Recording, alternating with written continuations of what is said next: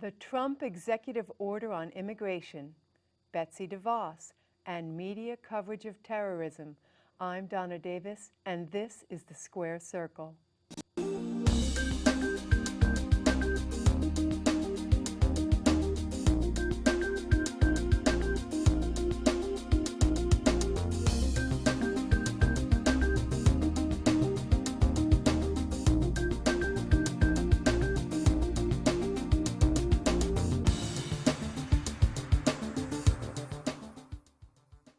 Hello, and welcome to the Square Circle.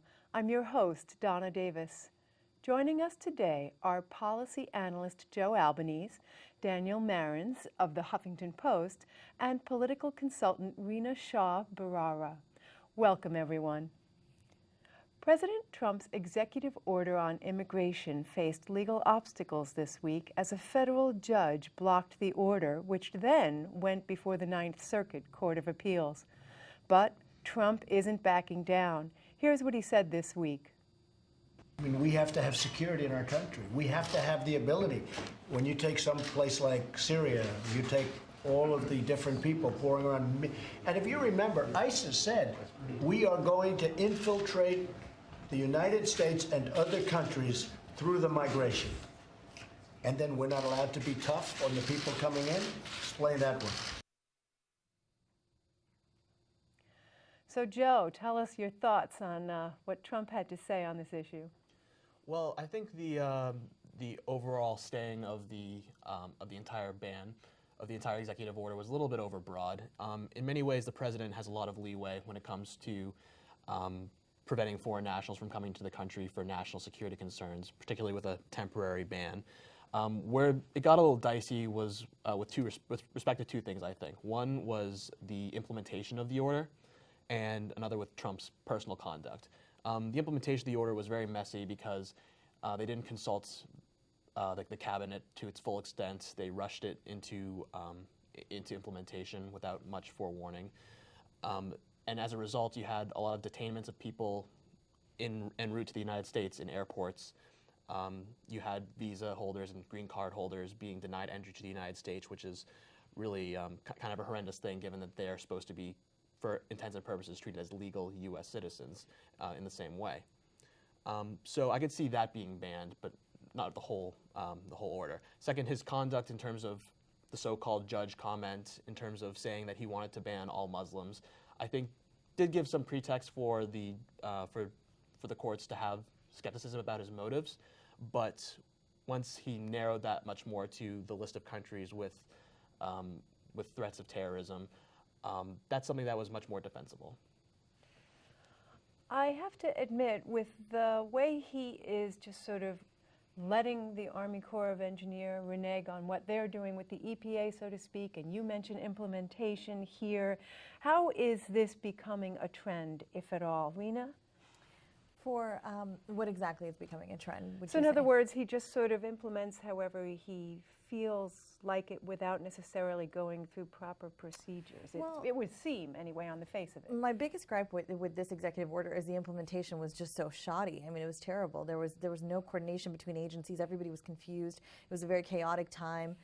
For all the criticism of President Obama that President Trump did in over the course of many years, he became just like him overnight almost, signing this executive order that was literally making good on a campaign promise to his base, saying that I'm going through with the ban on Muslim persons, basically. This is a ban against religion. They can say it all they want. They can spin it how they want and say it's not a ban. This is a campaign promise come true. And it was chaotic. It's unconstitutional in many ways. I applaud Judge Robart in the western part of our country who had the guts to do the right thing and rule that this is ridiculous. I mean, this is what this judge said. He's a George W. Bush appointed judge. So there are Republicans out there who have great issue with this executive order. Implementation of it, again, chaotic. Once Judge Robart ruled, Customs and Border Patrol, Department of Homeland Security, and state decided to just go through with business as usual and say, you know what, this is now how we're going to do it. We're going to let people in. Again, it's thought that 60,000 visas, though, were affected and revoked in that time, that crazy time of quote-unquote implementation. I'd like to remind our viewers, our audience, excuse me, that you can submit your questions to our guests through our website, www.publicsquare.net, and we'll answer as many as we can live on air toward the end of the show. Also this week, the Senate confirmed Betsy... Okay, so let's turn to Daniel. Tell us, what are your thoughts on the same issue? Well, I think the thing that stood out in terms of why it would be unconstitutional, why it would seem to discriminate based on religion, is that they put a moratorium on admission of all refugees, but then, and of course targeted 7 majority Muslim countries, but then went ahead and said, we will now prioritize Christian refugees from those countries. And so I think that's what raises questions, and just in terms of a purely constitutional issue. In terms of the implementation, I think there were elements of a constitutional crisis. I reported to some degree from Dulles Airport. There were Customs and Border Protection agents that were not adhering to a federal court order requiring green card holders to have access to their attorneys while they were in detention. Those are the kinds of situations that are created when a president makes a decision that rapidly and forces agencies to interpret it and improvise as they're going along. Okay, and how should they have dealt with the issue if this kind of an implementation wound up with creating chaos, basically?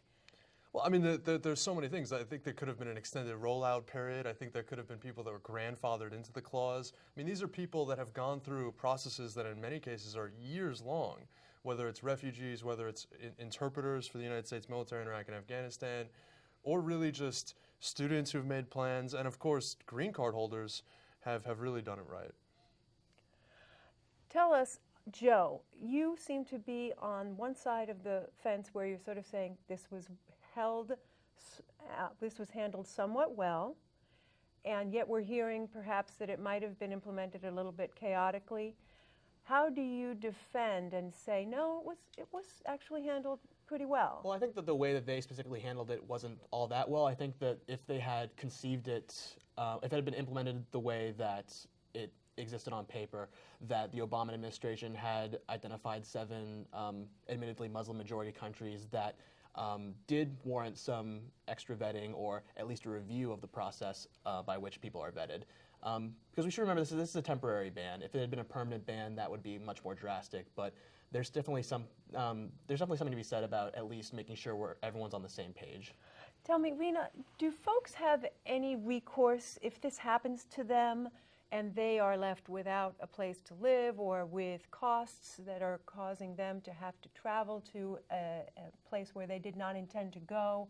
Do they have any recourse? Do they have any rights? At this very point in time, they don't have any recourse, I would say. Rights they certainly have. There's the case of a professor in South Carolina who Lindsey Graham met her at the airport. When she came back, she was unfairly shut out of the country, and she was a green card holder. So it's just too new to say that there's any recourse or what the rights are. And again, at Dulles Airport, it was most mystifying why CBP was sort of acting rogue in some ways. So certainly employing counsel or having family members who are in the U.S. advocate for them and bring it to the attention of elected officials is really the only thing that is possible right now. Thank you, Rina. Also this week, the Senate confirmed Betsy DeVos as Education Secretary, but by the slimmest of margins. Vice President Mike Pence had to cast the deciding vote. The first time this has happened with a cabinet nominee.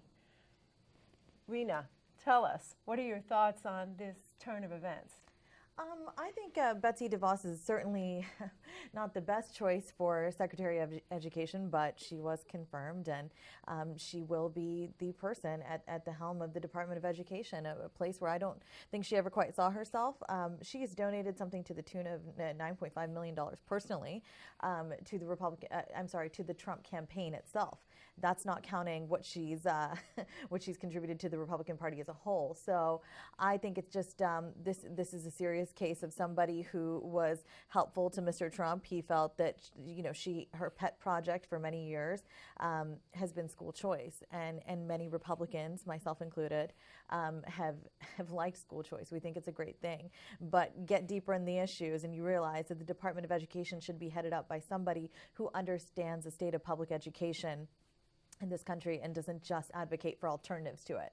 That's what I think the great many people who have protested against her confirmation have said. They've said, how can you put somebody at the top of it that doesn't even understand the system? Susan Collins of Maine, the senator who voted against Betsy DeVos's nomination, she said something that was really, I think, quite something that changed my mind entirely. And I was not following the confirmation hearing so closely, but she mentioned in her statement, it was a short one, and I encourage people to go read it. And she's a Republican, okay? So this is important, that Betsy DeVos did not understand the 1975 IDEAS Act. And that was a landmark piece of education that essentially guaranteed special education children can get free and appropriate education in this country. Now, when somebody doesn't understand that, I don't think you should be at the head of the Department of Education. So it's, you know, it's mystifying for many people as to why she got the spot. I think it was because she was good to Mr. Trump. But I also think her nomination and confirmation essentially was hotly contested because there is a slight element of sexism here. Unfortunately, there's just not enough time to talk about that. Right. But I think people should read up on her and see what she's going to be like, because she's going to be very different. Daniel, what are your thoughts on how you think she might be able to fill the role or not? Well, it's not just her ignorance, it's her ideology, which is that everything needs to be left to the states. That was her answer to any question about federal mandates to accommodate people with disabilities, to fight discrimination in schools. And so I think that's a source of concern. But what's really interesting to me is that of all the controversial cabinet nominees that President Trump put forward, this was the one that almost went down. This was the one where two Republicans, Senator Susan Collins from Maine and Senator Lisa Murkowski from Alaska, jumped ship and said, no, we're not going to support this person. I think that speaks to two things. First of all, the strength of teachers and the unions that represent them in 50 states across the country, including in Alaska and Maine, where these Republican senators are from. And I think the importance of public schools and the concerns of parents who are getting involved in activism at that level. Joe, how do you want to chime in on this issue? So I do agree that it's kind of interesting that Betsy DeVos, of all the nominees, was the one who faced the most opposition. I mean, to hear the criticism of congressional Democrats against the other nominees that Jeff Sessions is a racist, or that Rex Tillerson is too close with Russia to be head of the State Department. I see that there are ideological differences with Betsy DeVos and concerns about whether she is as committed to the ideas of public education that Democrats are. But I'm just surprised that Jeff Sessions or Tillerson wouldn't be more of a priority for congressional Democrats to try and sink their nominations. In terms of her actual ideology, I think it's a good thing for her to be reimagining the Department of Education with more of a focus on school choice and charter schools. And I think a lot of the criticism that kind of gets levied at her is overblown. She has been active in philanthropy and in policy debates about this area. And while she might not be the Democrats' ideal candidate in this regard, I think she's far from the worst that we've ever seen, which might be what is suggested when Mike Pence had to break the tie for the first time for a cabinet nominee. Far from the worst we've ever seen. So that's what we get to. Ringing endorsement. Well, that's how we get to endorse our new nominee.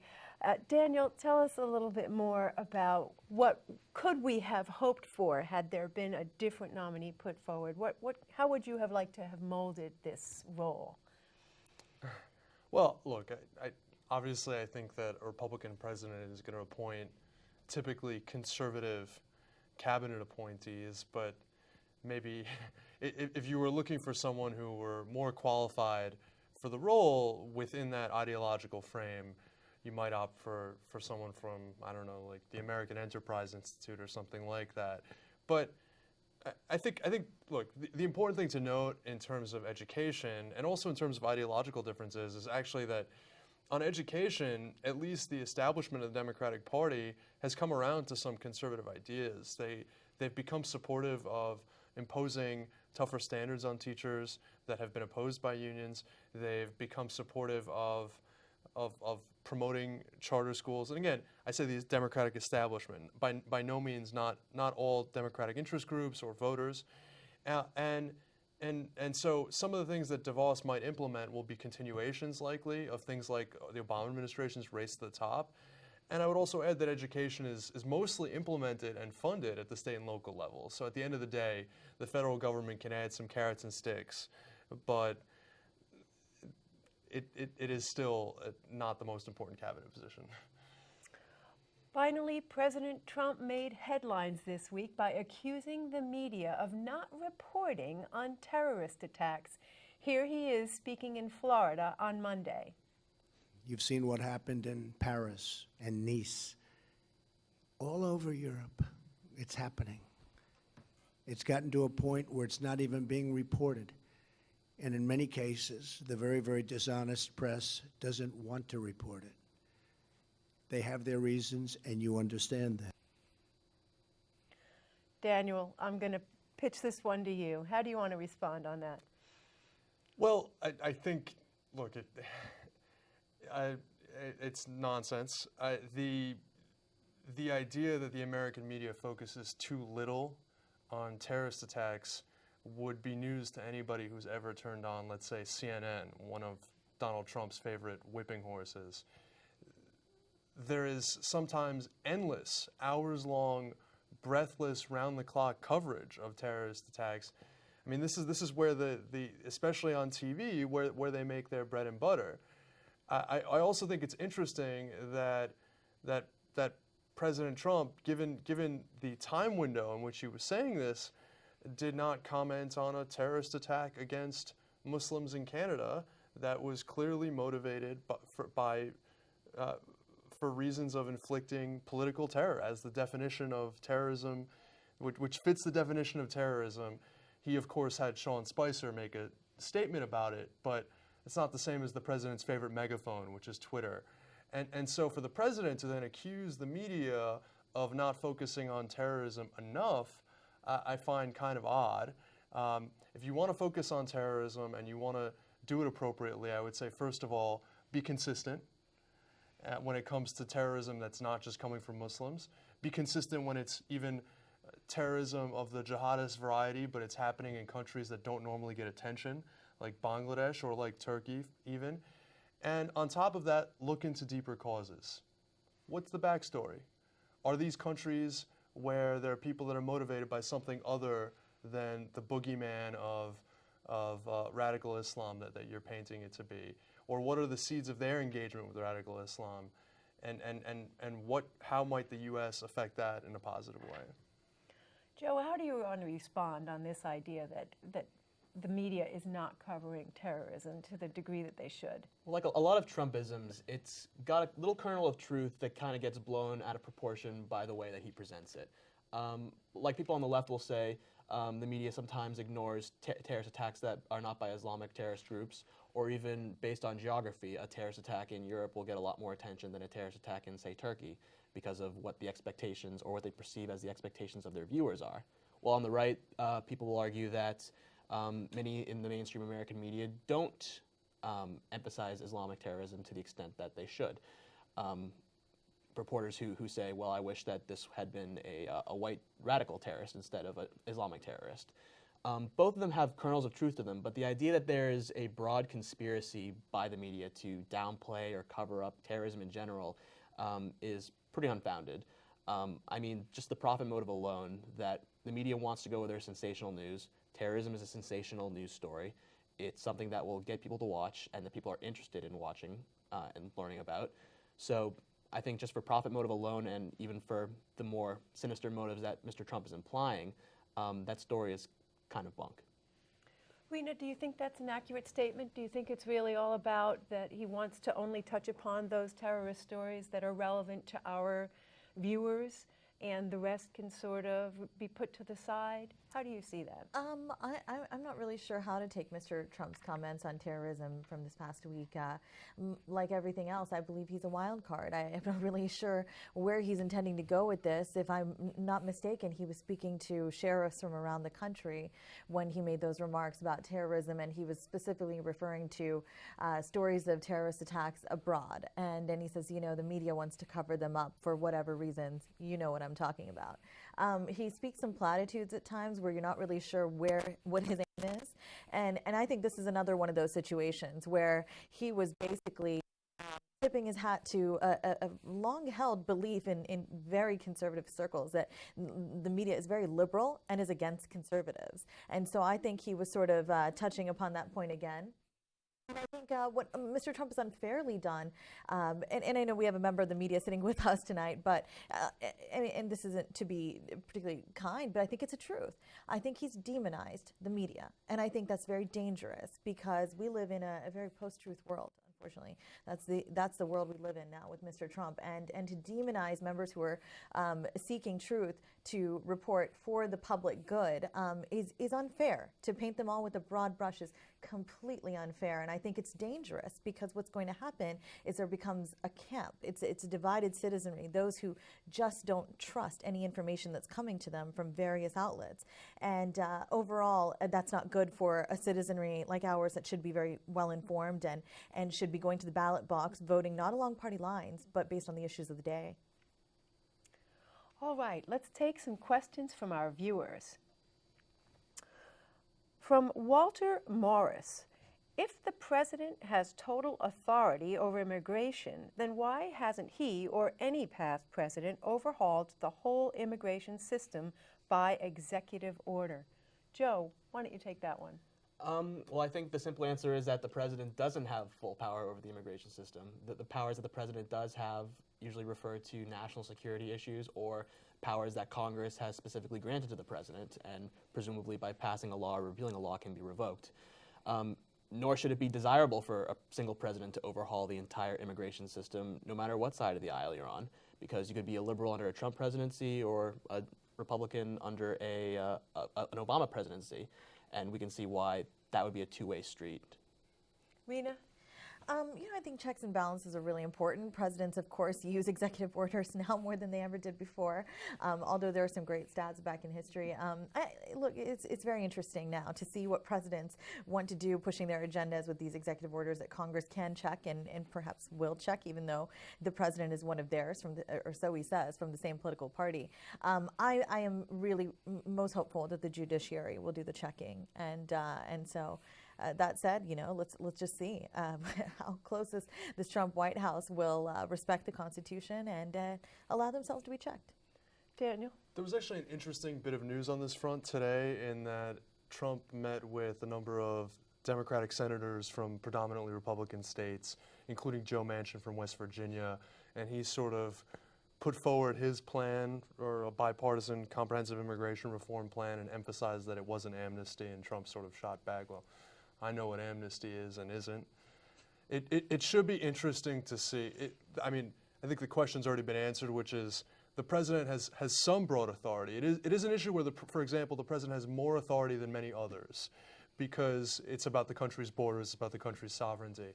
But anything that requires a tax dollar requires appropriation from Congress. And so if you want to put a wall up, if you want to put more border agents at the border, or by contrast, if you want to somehow create a system for creating a path of citizenship, you need Congress. And I think that a lot of people are curious. Will this be an all-enforcement administration where we're seeing ICE agents now use their discretion to send people back who ostensibly are dangerous, but according to a report in the New York Times today, were people that were coming for their annual meeting with ICE to check in because they had made some immigration violation in the past and were suddenly surprised and hauled off in a van and sent back to Mexico where they hadn't been in decades.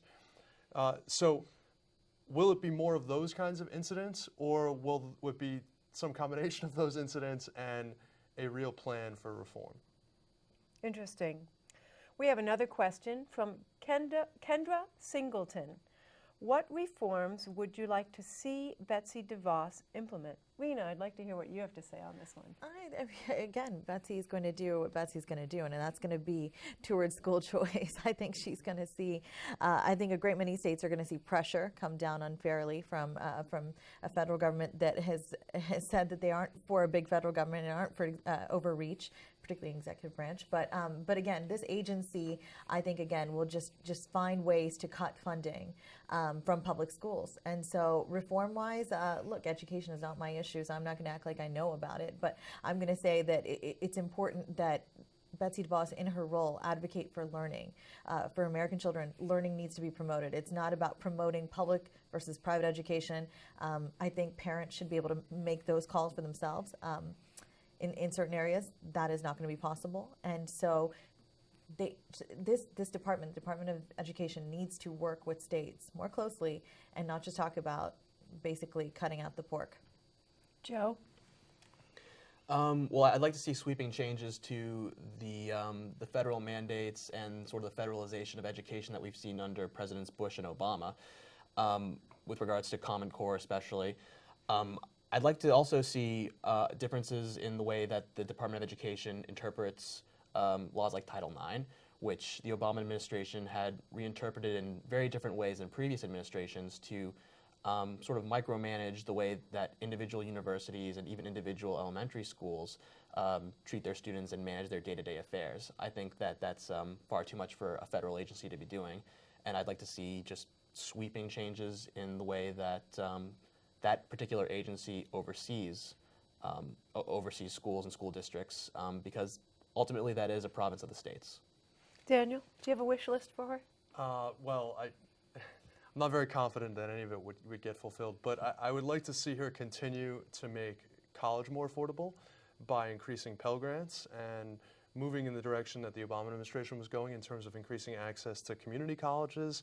Short of that, maybe she could let some deeply democratic states do their thing under the rubric of federalism, though sometimes it's been federalism for some and not for others. So we'll see how that plays out. Federalism for some and not for others. I like that quote. Okay, now it's time for the most underreported stories of the week. Who'd like to start? I guess I can start. So there is a former NSA analyst named John Schindler who writes for The Observer, and he wrote a interesting story in the past week about the country of Belarus in Eastern Europe. Kind of a small country. Long story short, it basically had, for many years, historically, a very tight relationship with Russia and with Putin's regime. And recently we've been seeing a little bit of a break between the two. Lack of cancellations of military coordination, border patrols and closings. And why this is important is that it suggests to some within that country and some analysts that Putin might be trying to force the current regime out or do there what he's done in Ukraine. And if that's true, then that would be a huge international test for the Trump administration and whether or not they're able to be tough against Russia given how he's had such laudatory rhetoric for Putin in the past. This is true. And Rina? Well, there's an interesting read in the Wall Street Journal about America's Farm Belt and the crisis it's facing due to shortages in the international grain community and demand problems as well. We may see a huge cut in farming across the United States. Least number of farms since 1980s, they're saying. A number of farms may have to shut down. Wow. Great piece in the Wall Street Journal. Daniel? I think one of the most interesting pieces that I read this week was something by my colleague on Donald Trump's advisor, Michael Anton, who was previously known by sort of a Roman Latin pseudonym when he was writing sort of conservative philosophy about Trump. It turns out that he had said that diversity is bad for the country. He said approving things about the America First Committee, which was a sometimes anti-Semitic group that was trying to keep the country out of World War II. All right, well, that's all we have for this week. I'm Donna Davis. Thanks for watching The Square Circle. We'll see you next week.